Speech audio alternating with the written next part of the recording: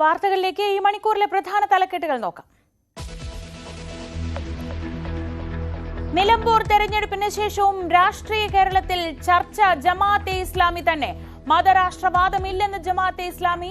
CPM ദുഷ്പ്രചാരണം നടത്തുകയാണെന്ന അമീറിന്റെ പരാമർശത്തിന് മറുപടി നൽകി MV Govindan. Sunni സമൂഹം ജമാഅത്തെ ഇസ്ലാമിയുടെ കയ്പ് അനുഭവിച്ചവരാണെന്ന് കാന്തപുരം AP അബൂബക്കർ മുസ്ലിയാർ.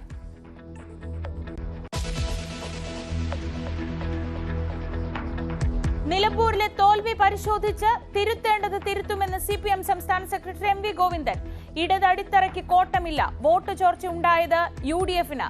CPM സെക്രട്ടേറിയറ്റിൽ വിമർശിക്കപ്പെട്ടതിന് പിന്നാലെ MV ഗോവിന്ദന്റെ ലേഖനം ദേശാഭിമാനി.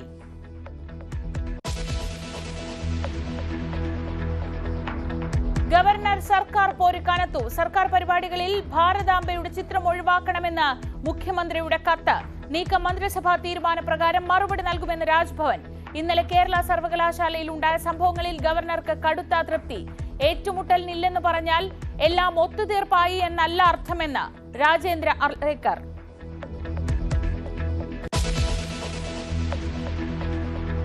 മുൻ മുഖ്യമന്ത്രി VS അച്യുതാനന്ദന്റെ ആരോഗ്യനിലയിൽ മാറ്റമില്ല, ഗുരുതരമായി തുടരുന്നുവെന്ന് SUT ആശുപത്രി. രാവിലെ മെഡിക്കൽ ബോർഡ് യോഗം ചേരും.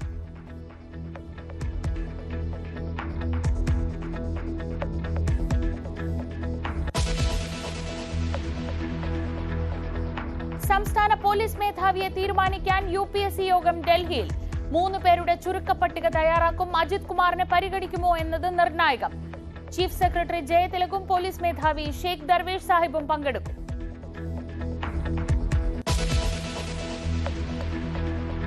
വിശദമായ വാർത്തകളിലേക്ക്. നിലമ്പൂർ തെരഞ്ഞെടുപ്പിന് ശേഷവും UDF ജമാഅത്തെ ഇസ്ലാമി ബന്ധം ചർച്ചയിൽ നിറയുകയാണ്. ജമാഅത്തെ ഇസ്ലാമിയുമായുള്ള UDF-ന്റെ ബന്ധം കേരളത്തിന്റെ ഭാവിയിലും ദൂരവ്യാപകമായ പ്രത്യാഘാതം ഉണ്ടാക്കുമെന്ന് CPM സംസ്ഥാന സെക്രട്ടറി MV ഗോവിന്ദൻ ദേശാഭിമാനിയിൽ എഴുതിയ ലേഖനത്തിൽ പറയുന്നു. ഇന്നലെയും ഇതേ അഭിപ്രായം ഗോവിന്ദൻ പറഞ്ഞിരുന്നു.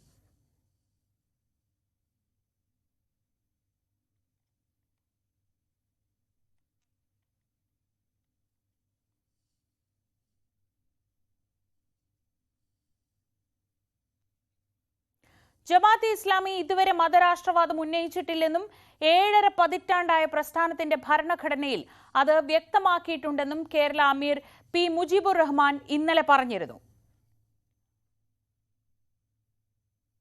അതേസമയം സുന്നി സമൂഹം ജമാഅത്തെ ഇസ്ലാമിയുടെ കയ്പ് അനുഭവിച്ചവരാണെന്നായിരുന്നു കാന്തപുരം AP അബൂബക്കർ മുസ്ലിയാരുടെ പ്രതികരണം. കുറച്ചു കാലങ്ങളായി ഗോവിന്ദൻ മാഷിന്റെ സ്റ്റേറ്റ്മെന്റും അതുപോലെ തന്നെ സുരേന്ദ്രന്റെയും രാജീവ് ചന്ദ്രശേഖരന്റെയും സ്റ്റേറ്റ്മെന്റ് സമാനമാകുന്നത് എന്തുകൊണ്ടാണ് എന്ന് CPM ഉയർത്തുന്ന നെറേറ്റീവുകൾ എന്തുകൊണ്ട് സംഘപരിവാറിന് സുഗമമായി ഏറ്റെടുക്കാൻ കഴിയുന്നുവെന്ന് CPIM ഗൗരവത്തോടു കൂടി ആലോചിക്കണമെന്നാണ് ഞാൻ പറയുന്നത്. ഇത്തരം ഹൈ സ്പീച്ചിനെ ജനങ്ങൾ തള്ളിക്കളയുന്നു എന്നതിൻ്റെ കൂടി റിസൾട്ടാണ് നിലമ്പൂരിൽ സംഭവിച്ചത്.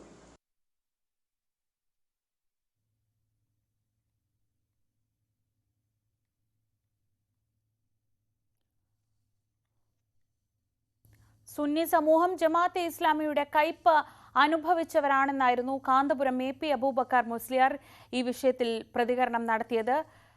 അതായത് നിലമ്പൂരിൽ പ്രചരണ വേളയിൽ മാത്രമല്ല, ജമാഅത്തെ ഇസ്ലാമിയും UDF-ഉം തമ്മിലുള്ള ബന്ധം തുടർന്നും വലിയ രീതിയിൽ തന്നെ ചർച്ചയാകും എന്നത് തന്നെയാണ് ഇപ്പോഴത്തെ സംഭവ വികാസങ്ങളിൽ നിന്ന് മനസ്സിലാവുന്നത്.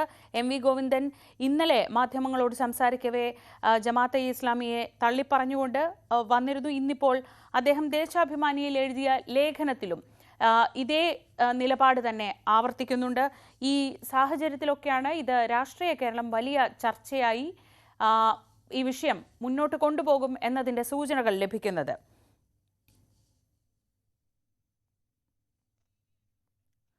VV അരുൺ വിവരങ്ങളുമായി തിരുവനന്തപുരത്ത് നിന്ന്.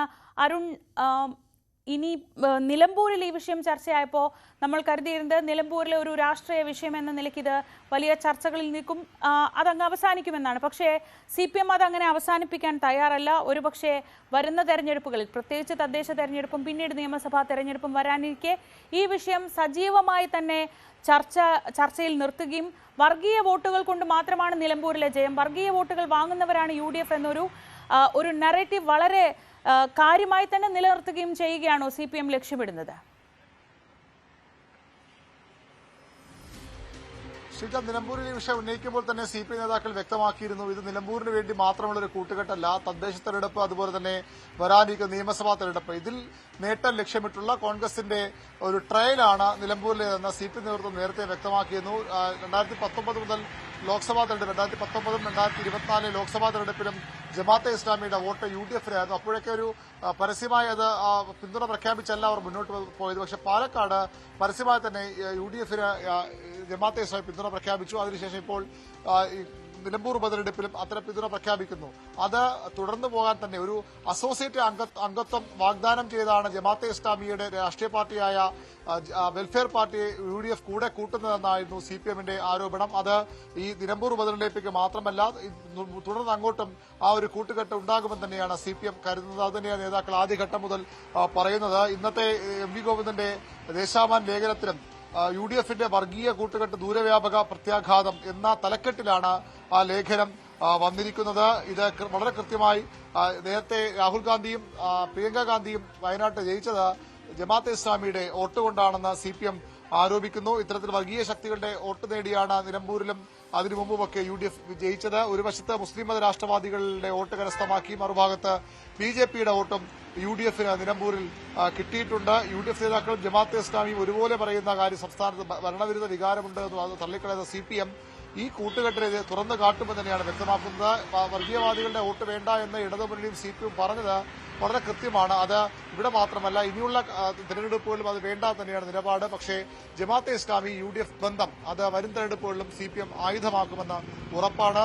അതിനെതിരെയുള്ള നടപടികൾ CPM ആരംഭിച്ചു കഴിഞ്ഞു. അതിനുള്ള പ്രചരണം CPM ആരംഭിച്ചു കഴിഞ്ഞു. വർഗീയ ശക്തികളുടെ വോട്ട് കൊണ്ട് തന്നെയാണ് നിലമ്പൂരിലും വയനാട്ടിലുമൊക്കെ കോൺഗ്രസ് ജയിക്കുകയും ഭൂരിപക്ഷം വർദ്ധിക്കുകയും ചെയ്ത നിലപാടാണ് CPM-ന് ഉള്ളത്. ഇന്നലെ സംസ്ഥാന സെക്രട്ടറി ചർച്ച വന്നപ്പോഴും ഭരണവിരുദ്ധ വികാരമല്ല പരാജയത്തിന് കാരണം, മറിച്ച് വർഗീയ ശക്തികളുമായി UDF ഉണ്ടാക്കിയ കൂട്ടുകെട്ടാണ് വലിയൊരു വിജയത്തിലേക്ക് ഷൌക്കത്തിനെ എത്തിച്ചത്. അവിടെ തന്നെ ജമാഅത്തെ ഇസ്ലാമിയുടെ പേരെടുത്തു പറഞ്ഞ വിമർശനങ്ങൾ സംസ്ഥാന സെക്രട്ടേറിയറ്റിൽ ഉണ്ടായിരുന്നു. ജമാഅത്തെ ഇസ്ലാമി വർഗീയ കാർഡിറക്കി, അവിടെ അങ്ങനെ ന്യൂനപക്ഷ വോട്ടുകളുടെ ഏകീകരണം ഉണ്ടായി. ഇതാണ് തെരഞ്ഞെടുപ്പ് പരാജയത്തിന്റെ പ്രധാന കാരണമായി CPM ചൂണ്ടിക്കാട്ടുന്നത്. അവരുടെ അടിസ്ഥാന വോട്ടുകൾ ചോർന്നില്ല, പക്ഷേ അനുഭാവി വോട്ടുകൾ PV അൻവറിലേക്ക് പോയതുമൊക്കെ പരാജയ കാരണമായി CPM കാണുന്നുണ്ട്. പക്ഷേ ഏറ്റവും പ്രധാനപ്പെട്ട പരാജയ കാരണമായി CPM എടുത്തു പറയുന്നത് ഈ ജമാഅത്തെ ഇസ്ലാമി അടക്കമുള്ള വർഗീയ സംഘടനകളുമായുള്ള UDF-ന്റെ കൂട്ടുകെട്ട് തന്നെയാണ്.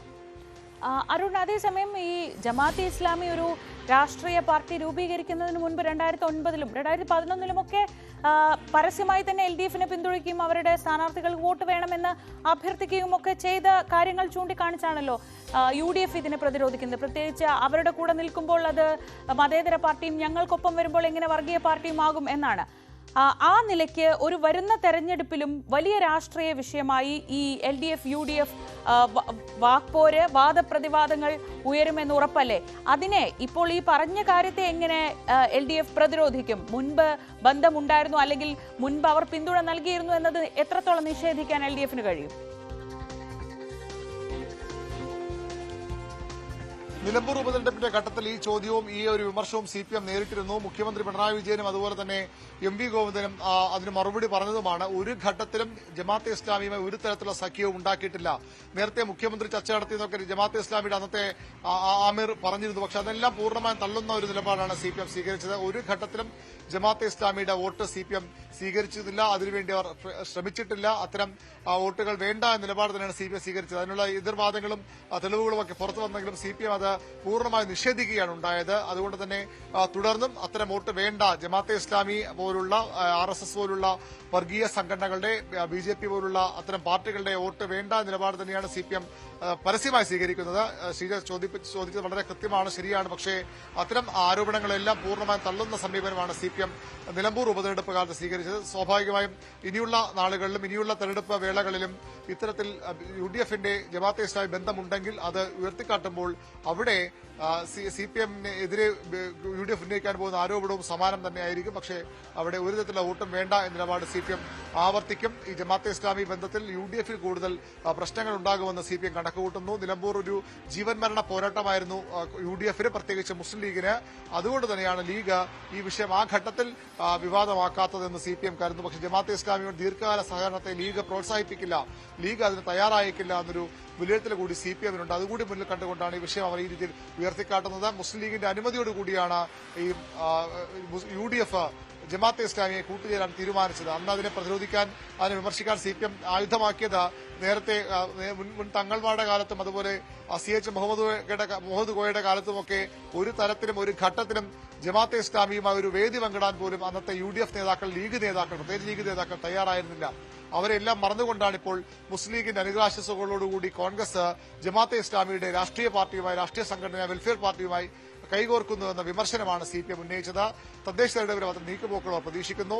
തദ്ദേശ തെരഞ്ഞെടുപ്പിലെങ്കിലും ഒരു മുന്നണി സംവിധാനത്തിൽ ഒരു പുറത്തുനിന്നുള്ള ഒരു UDF-ന്റെ അസോസിയേറ്റ് പാർട്ടിയായിട്ട് ജമാഅത്തെ ഇസ്ലാമിയുടെ രാഷ്ട്രീയ പാർട്ടി, വെൽഫെയർ പാർട്ടി UDF മാറ്റുമെന്ന വിമർശനമാണ് CPM ഉന്നയിക്കുന്നത്. അത്തരമൊരു നീക്കവുമില്ലെന്ന് കോൺഗ്രസ് നേതാക്കൾ, UDF നേതാക്കൾ വ്യക്തമാക്കിയെങ്കിലും CPM അത്തരം രാഷ്ട്രീയ ആരോപണം ഉന്നയിക്കും. അങ്ങനെ ഒരു കൂട്ടുകെട്ടിനെ പ്രതിരോധിക്കാനുള്ള നീക്കങ്ങളുമായി തന്നെയാകും ഇടതുമുന്നണി മുന്നോട്ട് പോവുക. കാന്തപുരത്തിന്റെയൊക്കെ ഒരു നിലപാടുകൾ ഇക്കാര്യത്തിൽ ഇടതുമുന്നണി വലിയ പ്രതീക്ഷയോടെ കാണുന്നുമുണ്ട്. തീർച്ചയായും. VV അരുണാണ് വിവരങ്ങൾ നൽകിയത്. MS അനീഷ് കുമാർ കൂടി കോഴിക്കോട് നിന്ന് വിവരങ്ങളുമായി. അനീഷ്, ഈ വിഷയത്തിൽ അരുൺ പറഞ്ഞ ഒരു പ്രതീക്ഷ, CPM-ന്റെ പ്രതീക്ഷ, ഒരുപക്ഷെ ജമാഅത്തെ ഇസ്ലാമിയുമായി ഒരു ദീർഘകാല ബന്ധം പുലർത്താൻ ഒരിക്കലും ലീഗ് തയ്യാറാവില്ല. നമുക്കറിയാവുന്നതാണ്, സമസ്തയിലെ ഒരു വിഭാഗത്തിന് വലിയ എതിർപ്പുണ്ട്. അവർക്ക് അംഗീകരിക്കാൻ കഴിയുന്നതല്ല ജമാഅത്തെ ഇസ്ലാമിയുമായുള്ള ബന്ധം. ലീഗിന് വലിയ രീതിയിലുള്ള അതൃപ്തിയൊക്കെ ഉണ്ടായിരുന്നു. പക്ഷേ ഒറ്റക്കാര്യം, നിലമ്പൂരിൽ ജയിക്കേണ്ടത് ആവശ്യമായിരുന്നത് കൊണ്ട് മാത്രം അങ്ങനെ ഒരു സഹകരണത്തിലേക്ക്, ഒരു ബാന്ധവത്തിലേക്ക് പോയതാണ്. പക്ഷേ ഇത് 2020 തൊട്ട് വെൽഫെയർ പാർട്ടി രൂപീകരിച്ച തൊട്ട് UDF-മായി ചേർന്ന് അല്ലെങ്കിൽ പ്രത്യക്ഷമായില്ലെങ്കിൽ പോലും സഹകരിക്കാനൊക്കെ അവർ തയ്യാറാവുന്നുണ്ട് എന്നതിരിക്കട്ടെ. എങ്കിൽ പോലും ഇത് ഇങ്ങനെ ഒരു വർഗീയ പാർട്ടികളുമായി ബന്ധമുള്ള മുന്നണി, അല്ലെങ്കിൽ വർഗീയ പാർട്ടികളുടെ വോട്ട് കൊണ്ട് ജയിച്ച മുന്നണി എന്നൊരു പേര് മാറ്റാൻ UDF-ന്റെ ഭാഗത്തുനിന്ന് ശ്രമമുണ്ടാവില്ല? അതിന് ലീഗിന്റെ ഭാഗത്തുനിന്ന് സമ്മർദ്ദമുണ്ടാവുമോ? എന്താണ് ഇത്തരത്തിൽ ഇത്രയും കാലം ഇവരെ അകറ്റി നിർത്തിയിരുന്ന ലീഗിനും സമസ്തയ്ക്കുമൊക്കെ ഈ വിഷയത്തിലുള്ള അഭിപ്രായങ്ങൾ? ശ്രീജ, നേരത്തെ പലയിടങ്ങളിലായി പല പാർട്ടികളെ മാറി മാറി ജമാഅത്തെ ഇസ്ലാമി അല്ലെങ്കിൽ വെൽഫെയർ പാർട്ടി പിന്തുണച്ചെങ്കിലും അവരാരും പരസ്യമായി ഇവരുമായി ഒരു സഖ്യമുണ്ടായിരുന്നു എന്ന കാര്യം തുറന്നു സമ്മതിക്കാത്ത ഒരു സാഹചര്യമാണ് ഉണ്ടായത്. പക്ഷേ നിലമ്പൂർ ഉപതെരഞ്ഞെടുപ്പിൽ നമ്മൾ കണ്ടു, UDF പറയുന്നു അവർ തങ്ങളെ പിന്തുണച്ചു, അല്ലെങ്കിൽ അവരുടെ പിന്തുണയും വോട്ട് വിഹിതം വർദ്ധിപ്പിക്കുന്നതിൽ ഗുണകരമായി അല്ലെങ്കിൽ ജയത്തിലേക്ക് നയിച്ച ഘടകങ്ങളിലൊന്ന് ഇതാണ് എന്ന് പരസ്യമായി സമ്മതിക്കുന്ന ഒരു അവസ്ഥയിലേക്ക് എത്തുന്നു. ജമാഅത്തെ ഇസ്ലാമിക്കും ഇതാണ് വേണ്ടത്, അല്ലെങ്കിൽ വെൽഫെയർ പാർട്ടിക്കും ഇതുതന്നെയായിരുന്നു വേണ്ടത്. കാരണം കേരളത്തിലെ പ്രധാന മുന്നണികൾ രണ്ടുപേരും പലപ്പോഴും സഹായം തേടുമ്പോഴും അത് പരസ്യമായി പറയാത്തത് അവർക്കൊരു സ്വീകാര്യത ജനസമൂഹത്തിനിടയിൽ കുറയ്ക്കുന്നുണ്ടായിരുന്നു. പക്ഷേ ഇതിപ്പോൾ ഒരു മുഖ്യധാര കക്ഷി തന്നെ, അല്ലെങ്കിൽ ഒരു മുന്നണി തന്നെ ഇവരെ അംഗീകരിച്ചിരിക്കുന്നു എന്നത് ഇവർക്ക് പൊതുജന മധ്യത്തിൽ അവരുടെ ഇമേജ് വലിയ തോതിൽ വർദ്ധിപ്പിക്കുന്ന ഒരു ഘടകമാണ്. നേരത്തെ മുതൽ തന്നെ മുസ്ലിം ലീഗ് പറഞ്ഞിരുന്നത് ആശയപരമായി ജമാഅത്തെ ഇസ്ലാമിയുമായി യോജിക്കാൻ കഴിയില്ല, ഇപ്പോഴും തങ്ങളുടെ നിലപാടിൽ മാറ്റം വരുത്തിയിട്ടില്ല എന്ന് അവർ പറയുന്നു. പക്ഷേ കാന്തപുരത്തെ പോലുള്ള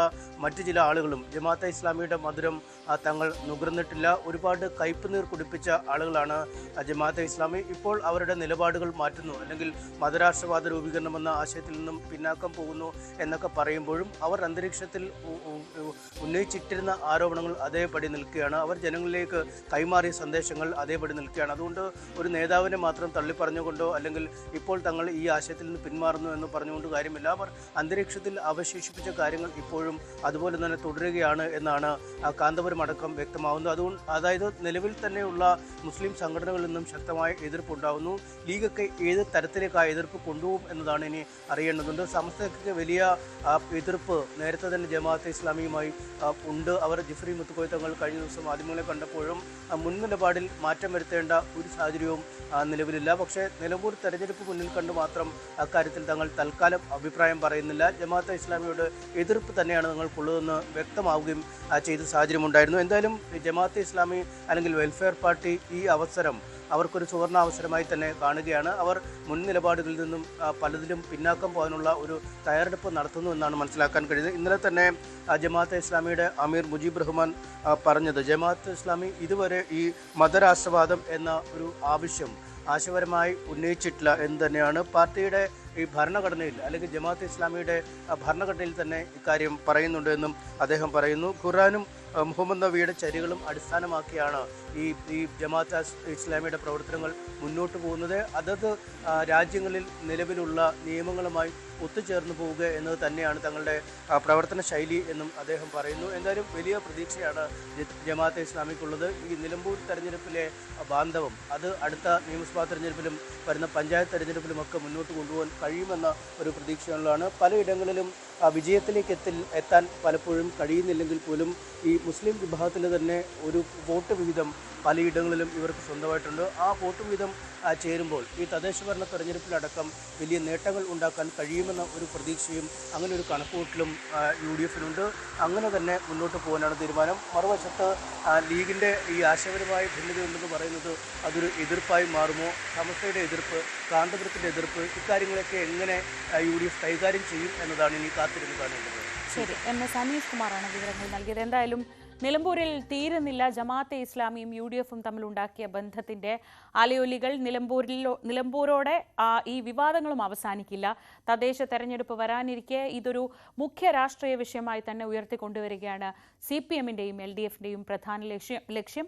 UDF ആകട്ടെ അതിനെ മുൻപത്തെ ബന്ധങ്ങളൊക്കെ പറഞ്ഞ് അല്ലെങ്കിൽ PDP-യുമായുള്ള ബന്ധം പറഞ്ഞൊക്കെ പ്രതിരോധിക്കാനാണ് ശ്രമിക്കുന്നത്. എന്തായാലും രാഷ്ട്രീയ കേരളം ഈ വിഷയം പെട്ടെന്ന് ചർച്ച അവസാനിപ്പിക്കില്ല. ഈ വിഷയത്തിലുള്ള ചർച്ച എന്നുറപ്പാണ്.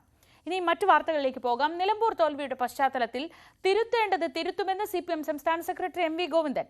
പരാജയം പാർട്ടിയും ഇടതുമുന്നണിയും വിശദമായി തന്നെ പരിശോധിക്കും.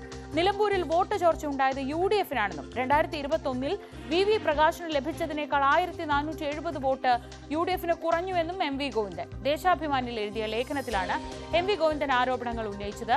നിലമ്പൂർ ഉപതെരഞ്ഞെടുപ്പിന് തൊട്ടുമുൻപ് നടത്തിയ RSS CPM ബന്ധത്തെക്കുറിച്ചുള്ള പരാമർശത്തിൽ ഗോവിന്ദനെതിരെ രൂക്ഷമായ വിമർശനം ഉയർന്നിരുന്നു. അതിനു പിന്നാലെയാണ് ദേശാഭിമാനിയിൽ സംസ്ഥാന സെക്രട്ടറിയുടെ ലേഖനം.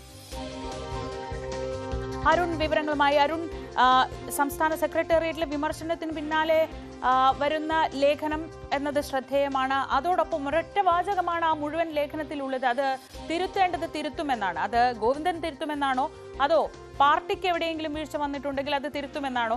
എങ്ങനെ വേണമെങ്കിലും വ്യാഖ്യാനിക്കാം. എന്തൊക്കെയാണ് ആ ലേഖനത്തിൽ കൂടുതലായി പറയുന്നത്? ഏറ്റവും പ്രധാനപ്പെട്ട കാര്യം നിലമ്പൂർ ഉപതെരഞ്ഞെടുപ്പിൽ പാർട്ടി ഉണ്ടായ കാര്യങ്ങൾ പാർട്ടി തലത്തിലും മുന്നണി തലത്തിലും പരിശോധിക്കുമെന്ന് CPM സംസ്ഥാന സെക്രട്ടറി MV ഗോവിന്ദൻ വ്യക്തമാക്കുന്നു. തിരുത്തേണ്ടതുണ്ടെങ്കിൽ തിരുത്തി മുന്നോട്ട് പോകും. തികഞ്ഞ ആത്മവിശ്വാസത്തോടെ തന്നെ ഈ വർഷാവസാനം തദ്ദേശ തെരഞ്ഞെടുപ്പിനെയും അടുത്ത വർഷം നിയമസഭാ തെരഞ്ഞെടുപ്പിനെ നേരിടും. രാഷ്ട്രീയ മത്സരത്തിന്റെ ഭാഗമായിരുന്നു നിലമ്പൂരിലെ പോരാട്ടം. ഇന്നലെ സംസ്ഥാന സെക്രട്ടേറിയറ്റിലും വന്ന ചർച്ച അങ്ങനെയാണ്. നിലമ്പൂരിലേതൊരു രാഷ്ട്രീയ പോരാട്ടമായിരുന്നു. അവിടെ വർഗീയ ശക്തികളെ കൂട്ടുപിടിച്ച് UDF വിജയിച്ചു. ഭരണവിരുദ്ധ വികാരം ഉണ്ടെന്ന് അവിടെ തെളിയിക്കുന്ന ഒന്നും അവിടെ ഉണ്ടായിട്ടില്ല.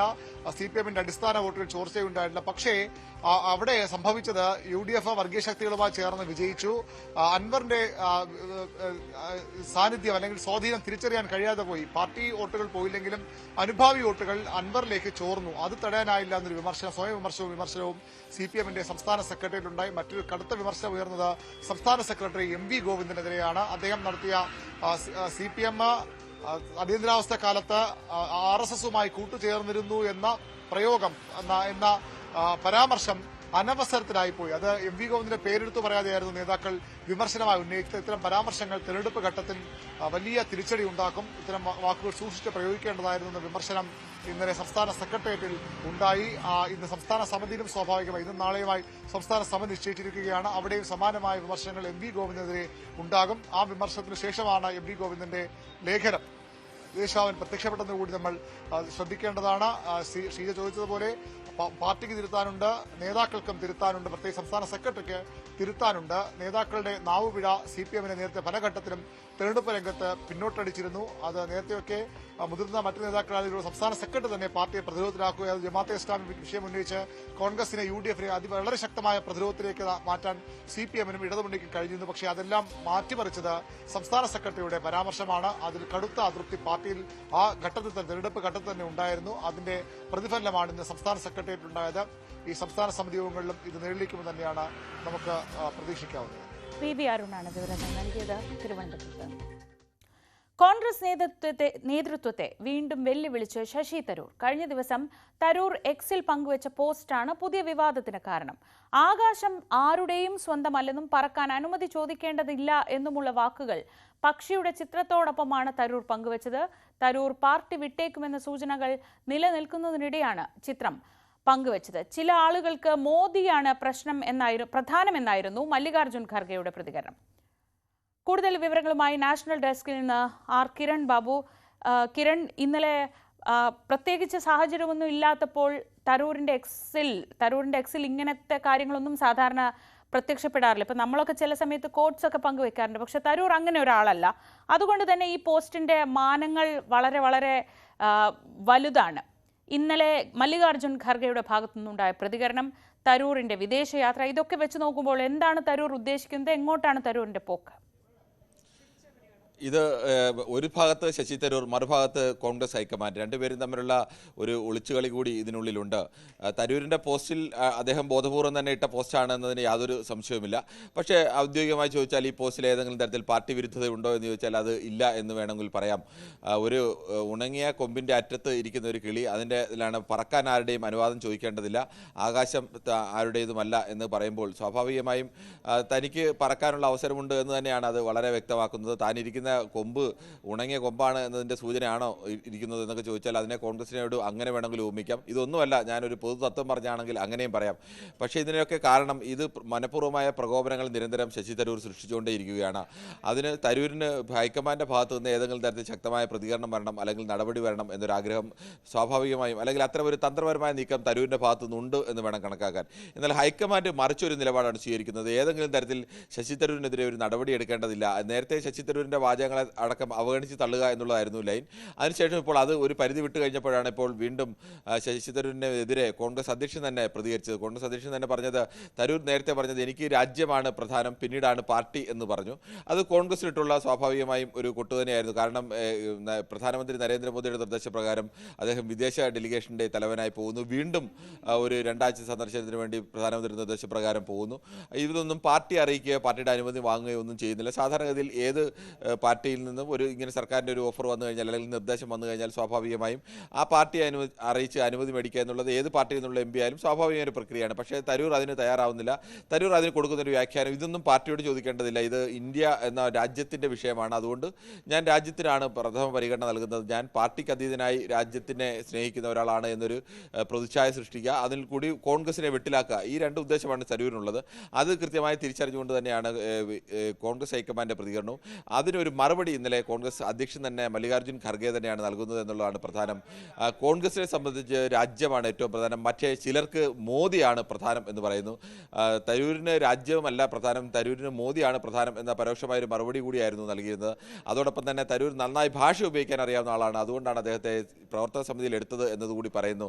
ഈ തരൂർ പലപ്പോഴും ഭാഷാ പ്രയോഗങ്ങൾ വെച്ച് ഇത്തരം ചില കൊളുത്തു വെക്കുമ്പോൾ തന്നെ സംബന്ധിച്ച്, താൻ സാധാരണക്കാരനായ ഒരു മനുഷ്യനാണ്, തന്നെ സംബന്ധിച്ച് അത്തരത്തിൽ ഉള്ള ഭാഷാ കൊളുത്തുകളോടൊന്നും പ്രതികരിക്കാനില്ല എന്ന സാധാരണ മനുഷ്യരുടെ പക്ഷത്ത് നിൽക്കുന്ന ഒരു മറുപടി കൂടി നൽകിയിരിക്കുന്നു. ഇതിലൊരു മാറ്റം വരാൻ സാധ്യതയുള്ളൊരു വിഷയം. ഇതുവരെയും ഹൈക്കമാൻഡിൻ്റെ ഭാഗത്തു നിന്ന് അതിശക്തമായ രീതിയിലേക്കുള്ള മുന്നറിയിപ്പ് ഉണ്ടായിരുന്നു നേതാക്കൾക്ക്. ശശി തരൂരിൻ്റെ വാചകങ്ങളോട് ഏതെങ്കിലും തരത്തിൽ പ്രതികരിക്കേണ്ടതില്ല, അത് അവഗണിച്ച് തള്ളുക എന്നുള്ള ശക്തമായ നിർദ്ദേശം നൽകുന്നു. പ്രത്യേകിച്ച് നിലമ്പൂർ തെരഞ്ഞെടുപ്പിൻ്റെ പശ്ചാത്തലത്തിൽ കേരളത്തിലെ നേതാക്കൾക്കൊക്കെ അത്തരം ഒരു നിർദ്ദേശമുണ്ടായതുകൊണ്ട് ആരും തന്നെ നിലമ്പൂർ പശ്ചാത്തലത്തിൽ പലതവണ മാധ്യമങ്ങളുടെ ചോദ്യങ്ങളൊക്കെ വരുമ്പോഴും തരൂരിനെ കുറിച്ച് പ്രതികരിച്ചിരുന്നില്ല. ഇതിപ്പോൾ പാർട്ടി അധ്യക്ഷൻ തന്നെ ഇത്തരം ഒരു പ്രതികരണം നടത്തിയ സ്ഥിതിക്ക് കേരളത്തിൽ നിന്ന് നേതാക്കളുടെയൊക്കെ പ്രതികരണം വരാൻ സാധ്യതയുണ്ട്. അങ്ങനെയാണെങ്കിൽ ഒരാൾ പ്രതികരണം നടത്തിയാൽ മറ്റുള്ളവരൊക്കെ ശക്തമായ രീതിയിലേക്കുള്ള പ്രതികരണം. കാരണം കേരളത്തിലെ പ്രധാനപ്പെട്ട നേതാക്കൾക്കൊക്കെ ശശി തരൂരുമായി കടുത്ത വിയോജിപ്പുണ്ട്.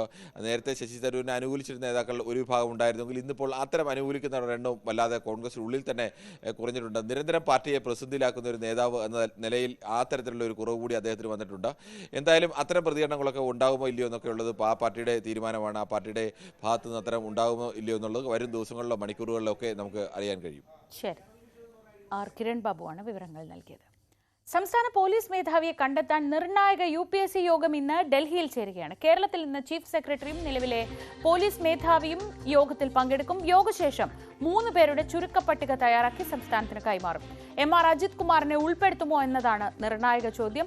6 പേരുടെ പട്ടികയാണ് സംസ്ഥാനം കൈമാറിയത്. നിതിൻ അഗർവാൾ, രാവഡ ചന്ദ്രശേഖർ, യോഗേഷ് ഗുപ്ത, മനോജ് അബ്രഹാം, സുരേഷ് രാജ് പുരോഹിത്, MR അജിത് കുമാർ എന്നിവരാണ് പട്ടികയിലുള്ളത്. ഈ മാസം 30-നാണ് നിലവിലെ പോലീസ് മേധാവി ഷെയ്ഖ് ദർവേഷ് സാഹിബ് വിരമിക്കുന്നത്.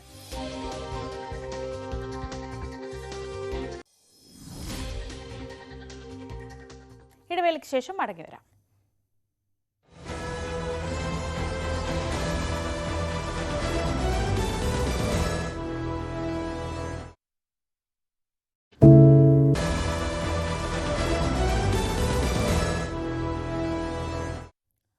ഭരണഘടന അംഗീകരിച്ച ദേശീയ ചിഹ്നങ്ങൾ മാത്രമേ സർക്കാർ പരിപാടികളിൽ ഉപയോഗിക്കാൻ അനുവദിക്കൂ എന്ന് ഗവർണറെ അറിയിച്ച് സംസ്ഥാന സർക്കാർ. മതേതരത്വത്തെ വെല്ലുവിളിക്കുന്ന സംഘടനകളിലെ അടയാളങ്ങൾ സർക്കാർ പരിപാടികളിൽ അനുവദിക്കാനാവില്ലെന്നും ഗവർണർക്ക് നൽകിയ കത്തിൽ മുഖ്യമന്ത്രി പിണറായി വിജയൻ വ്യക്തമാക്കി. കത്തിന് രാജ്ഭവൻ മറുപടി നൽകും.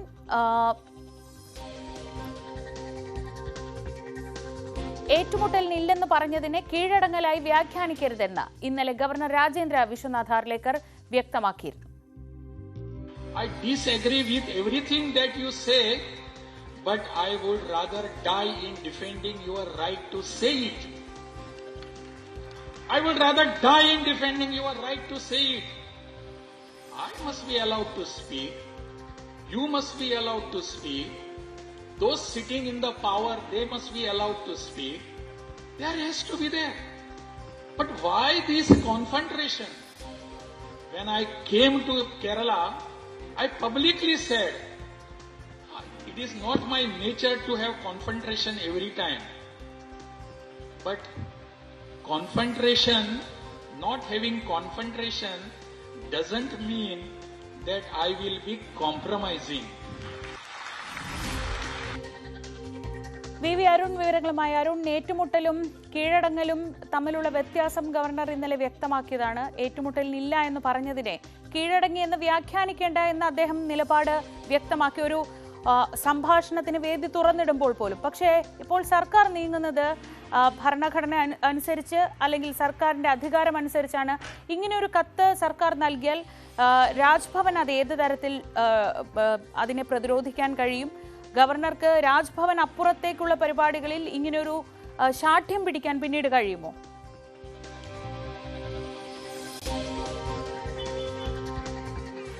സർക്കാരിന്റെ ആവശ്യം ഗവർണർ പങ്കെടുക്കുന്ന സർക്കാർ പരിപാടികൾ അല്ലെങ്കിൽ സർക്കാർ സംഘടിപ്പിക്കുന്ന പരിപാടികളിൽ മറ്റു ചിഹ്നങ്ങൾ, അത് ഭരണഘടന അംഗീകരിച്ചിട്ടുള്ള ദേശീയത ഉറപ്പിക്കുന്ന ചിഹ്നങ്ങൾക്കപ്പുറത്തേക്ക്, അത് ദേശീയ പതാക ഉൾപ്പെടെയുള്ള കാര്യങ്ങൾ, ഗവർണർ പങ്കെടുക്കുന്ന പരിപാടികൾ ദേശീയഗാനം നിർബന്ധമാണ്. അത് തുടക്കത്തിലും അവസാനത്തിലും, പരിപാടിയുടെ തുടക്കത്തിലും അവസാനവും ദേശീയഗാനം നിർബന്ധമാണ്. അത്തരത്തിൽ ദേശീയ ചിഹ്നങ്ങൾക്കപ്പുറത്തേക്കുള്ള ഒരു ചിഹ്നങ്ങളും സർക്കാർ പരിപാടികളിൽ പാടില്ല. അല്ലെങ്കിൽ സംസ്ഥാന സർക്കാർ പരിപാടി സ്വാഭാവികമായും സംസ്ഥാന സർക്കാരിന്റെ ചിഹ്നങ്ങൾ, ഔദ്യോഗിക മുദ്ര അടക്കമുള്ള ചിഹ്നങ്ങളുമുണ്ട്. അതിനപ്പുറത്തേക്ക് മതേതരത്വം വെല്ലുവിളിക്കുന്ന, മതേതരത്വത്തെ ചോദ്യം ചെയ്യുന്ന സംഘടനകളുടെ ചിഹ്നങ്ങൾ ഒരു കാരണവശാലും അനുവദിക്കാൻ കഴിയില്ല എന്ന നിലപാടാണ് അത് RSSന്റെ പേര് പറയാതെ സംസ്ഥാന സർക്കാർ ഗവർണർ അറിയിച്ചിരിക്കുന്നത്. എന്തുകൊണ്ട് മന്ത്രിമാർ 2 പേർ ഗവർണർക്കെതിരെ നിലപാടെടുത്തിട്ട് മുഖ്യമന്ത്രി ഒരു കത്തിലൂടെ ഇത് ഗവർണർ അറിയിക്കാൻ തയ്യാറായെന്ന ചോദ്യമാണ് K മുരളീധരനും പ്രതിപക്ഷ നേതാവ് അടക്കമുള്ള കോൺഗ്രസ് നേതാക്കൾ സർക്കാരിനോട് ചോദിച്ചത്. അതിനുള്ള മറുപടിയാണ് സർക്കാർ ഇന്നലെ മന്ത്രിസഭാ യോഗം ചേർന്ന് തീരുമാനമെടുത്തത്. മുഖ്യമന്ത്രി ചുമതലപ്പെടുത്തിയത് ഗവർണർക്ക് മറുപടി നൽകണം. ഭാരതാംബ വിഷയത്തിൽ എന്തുകൊണ്ട് മന്ത്രിമാർ അങ്ങനെ 2 മന്ത്രിമാർക്ക് പരിപാടി ബഹിഷ്കരിക്കേണ്ടി, ഒരാൾ ബഹിഷ്കരിക്കുകയും ഒരാൾ അവിടെ പോയി എതിർപ്പറിയിച്ച് വരികയും ചെയ്തു? എന്തുകൊണ്ടാണ് സംഭവിച്ചത്? ഇത്തരം പരിപാടിയിൽ ഒരു കാരണവശാലും ഇത്തരം ചിഹ്നങ്ങൾ ഉപയോഗിക്കാൻ പാടില്ലെന്ന സർക്കാർ നിലപാട് ഗവർണർ അറിയിക്കണമെന്ന് മന്ത്രിസഭാ യോഗമാണ് മുഖ്യമന്ത്രിയോട് ആവശ്യപ്പെട്ടത്. ആ തീരുമാനമാണ്, അത് രാഷ്ട്രീയ തീരുമാനം കൂടിയാണ്. ആ തീരുമാനമാണ് ഗവർണറെ വിശദമായ കത്തിലൂടെ, ഭരണഘടനാ ക്ലോസുകൾ ഉദ്ധരിച്ചുകൊണ്ടുള്ള ഒരു കത്തിലൂടെ വിശദമായി തന്നെ ഇന്നലെ രാത്രിയോടുകൂടി സംസ്ഥാന സർക്കാർ രാജ്ഭവനെ അറിയിച്ചത്. ഒരു കാരണവശാലും ഇത് ലംഘിക്കാൻ കഴിയില്ലെന്നൊരു സന്ദേശം കൂടി കത്തിലൂടെ മുഖ്യമന്ത്രി രാജ്ഭവനെ അറിയിച്ചിട്ടുണ്ട്. ഗവർണറുടെ മറുപടി ഇന്ന് തന്നെ ഒരുപക്ഷെ കത്തിലുണ്ടാകാം. ഗവർണർ സർക്കാരിന് മറുപടി നൽകും.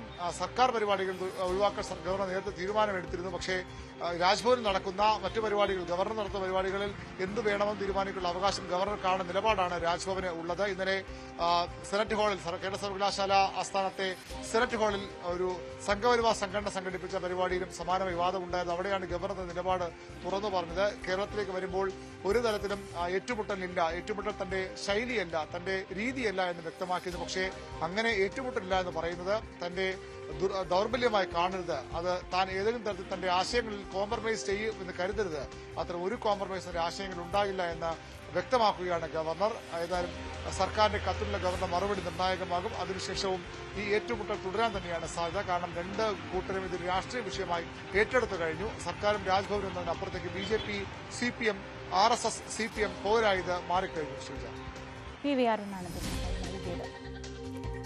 മുതിർന്ന കമ്മ്യൂണിസ്റ്റ് നേതാവും മുൻ മുഖ്യമന്ത്രിയുമായ VS അച്യുതാനന്ദന്റെ ആരോഗ്യനില ഗുരുതരമായി തന്നെ തുടരുന്നു. ഇന്ന് രാവിലെ മെഡിക്കൽ ബോർഡ് ചേർന്ന് VSന്റെ ആരോഗ്യസ്ഥിതി വിലയിരുത്തും. ഹൃദയാഘാതത്തെ തുടർന്ന് തിരുവനന്തപുരത്തെ സ്വകാര്യ ആശുപത്രിയിലെ തീവ്രപരിചരണ വിഭാഗത്തിലാണ് VS ഉള്ളത്. 6 വർഷത്തിലേറെയായി അനാരോഗ്യത്തെ തുടർന്ന് പൂർണ്ണ വിശ്രമത്തിലായിരുന്നു VS അച്യുതാനന്ദൻ. സംസ്ഥാനത്ത് മഴ ശക്തമാവുകയാണ്. ഇന്ന് വയനാട്, മലപ്പുറം, ഇടുക്കി ജില്ലകളിൽ ഓറഞ്ച് അലർട്ടാണ്. കേരള തീരത്ത് 60 കിലോമീറ്റർ വരെ വേഗതയിൽ കാറ്റിന് സാധ്യതയുണ്ട്. വൈകിട്ടോടെ മഴ കൂടുതൽ ശക്തി പ്രാപിക്കും. ഇടുക്കി, വയനാട്, തൃശൂർ ജില്ലകളിലും ഇരിട്ടി, കോതമംഗലം താലൂക്കുകളിലും വിദ്യാഭ്യാസ സ്ഥാപനങ്ങൾക്ക് ഇന്ന് അവധിയാണ്.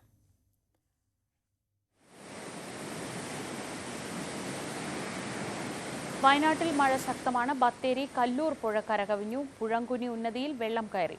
8 പേരെ ക്യാമ്പിലേക്ക് മാറ്റി. ഇന്നലെ മലവെള്ളപ്പാച്ചിലുണ്ടായ ചൂരൽമലയിൽ അതീവ ജാഗ്രത തുടരുകയാണ്.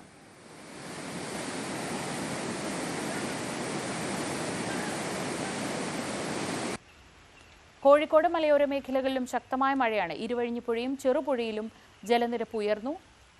ഇടുക്കിയിലും മഴ കാര്യമായ നാശം വിതയ്ക്കുന്നുണ്ട്. മാങ്കുളത്ത് റോഡ് ഒലിച്ചുപോയി. പൊന്മുടി ഡാമിന്റെ 3 ഷട്ടറുകളും കല്ലാർകുട്ടിയിലെ 5 ഷട്ടറുകളും ലോവർ പെരിയാറിന്റെ 5 ഷട്ടറുകളും ഉയർത്തിയിട്ടുണ്ട്. പട്ടാമ്പി കിഴായൂരിൽ പുഴ കരകവിഞ്ഞു. പെരിയാറിൽ ജലനിരപ്പ് ഉയർന്നതോടെ ആലുവ ശിവക്ഷേത്രം വെള്ളത്തിൽ മുങ്ങി. തിരുവനന്തപുരത്ത് പുതുക്കുറിച്ചിയിൽ വള്ളം മറിഞ്ഞ മത്സ്യത്തൊഴിലാളിയെ കാണാതായി. ഐഷത്തുൽ ഷംനയും പ്രിൻസ് P. ജെയിംസും VK സ്റ്റാലിനും ഒക്കെ വിവരങ്ങളുമായി ചേർന്നുണ്ട്. ആദ്യം ഷംനയിലേക്ക്. ഷംന, സംസ്ഥാനത്തിന്റെ പല ഭാഗങ്ങളിലും പ്രത്യേകിച്ച് മലയോര ജില്ലകളിലൊക്കെ കാര്യമായ മഴ പെയ്യുകയും വയനാട്ടിലൊക്കെ വലിയ ആശങ്ക ഉണ്ടാക്കുന്ന ഒരു സാഹചര്യം ദൃശ്യങ്ങൾ കാണുമ്പോൾ തന്നെ ആ ബേലിപ്പാലത്തിൽ നിന്നുള്ള ദൃശ്യങ്ങളൊക്കെ വലിയ ആശങ്ക ഉണ്ടാക്കുന്നതാണ്. എന്താണ് കാലാവസ്ഥാ നിരീക്ഷണ കേന്ദ്രം നൽകുന്ന അറിയിപ്പുകൾ?